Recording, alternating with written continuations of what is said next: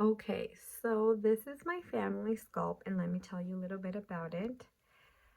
So, funny enough, this King Kong represents me, uh, and not because I feel greater than my husband, but because I feel that there's so much that I have to carry with as a parent.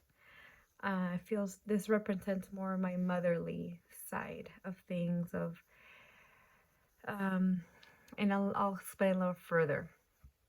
So I tend to be the one that knows everything, right? Like schedules of children, doctor's appointments, mental health, physical health, allergies, food sensitivities, like all of that. You know, how the house function, where everything is, laundry, cleaning, everything else. So currently, I feel that I have this role as well, that I'm constantly very stressed as I am navigating my mom being close to death, uh, dealing with terminal cancer. So I feel that right now I feel very that I have that I, from my sisters I have to carry the load. So I've been really the strong one from the three of us. And this represents a lot of how I feel right now, like upset, stressed, protective. Um, before so and my husband here, he tends to be this like very strong person all the time, like taking care of the family. He's, tends to go a lot to the gym. He's a family man, very kind, cold. Kind-hearted, and he kind of reminds me of The Rock in that sense of like very family oriented. And at the same time, I feel that I put myself behind him since I feel he falls a lot on me. Like emotional support falls a lot on me, so I carry that as well. Um, Here,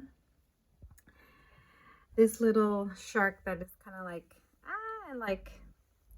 I don't know, it's shock mode or crazy mode, and that tends to be the center of our family is my oldest son, Oliver. He has like a dyspraxia, and we're still learning about other learning disabilities. But his personality tends to take the main spot in our family.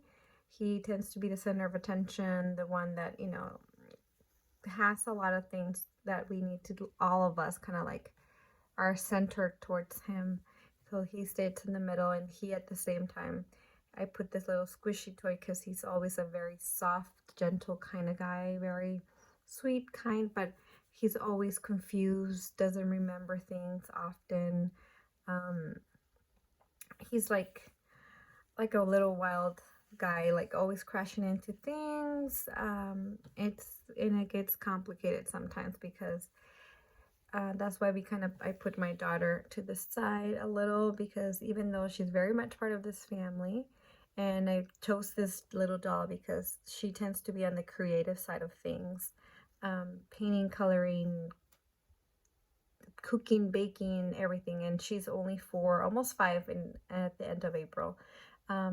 But I put her on the side because she tends to be on the silence of things, and his brother really takes a very dominant role in our family. Yet she is bigger than him in size next to him, because she tends to have also a very big, strong personality. She has a very leadership role in how she moves around the world. It's her way or the highway. And my son, even though he takes a lot of like the main spot of like a lot of things that happen at home, he's more adjusted to things, more depends a lot on us.